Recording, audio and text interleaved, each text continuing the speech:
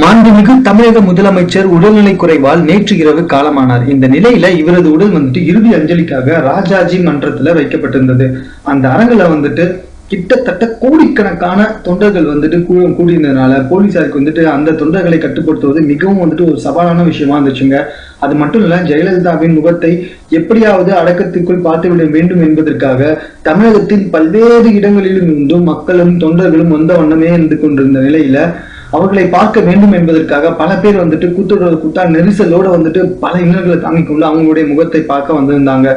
இதனால என்னாச்சுன்னா, பிரபல தொலைக்காட்சியான விஜய் டிவில நீயா நானா என்ற புரோகிராமை நடத்தி வரும் மதிப்பிற்குரிய கோபிநாத் அவர்களும் ஜெயலலிதாவின் இறுதி அஞ்சலியை காண்பதற்காக அவருடைய முகத்தை காண்பதற்காக கூட்டமா இருக்கும் பொழுது ஒரு கட்டத்துல போலீசாரால கூட்டத்தை கட்டுப்படுத்த முடியாத நிலைமை ஏற்பட்டப்ப போலீசார் கூட்டத்தின் மீது தடியடி நடத்திருக்காங்க.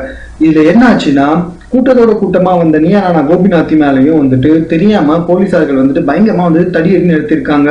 ஒரு கட்டத்துல இங்க இருந்தா வேலைக்கு ஆகாது அப்படின்ட்டு தெரிஞ்சுக்கிட்ட கோபிநாத் தடியடிக்கு பயந்து அந்த இடத்த விட்டு நகர்ந்துட்டாருங்க.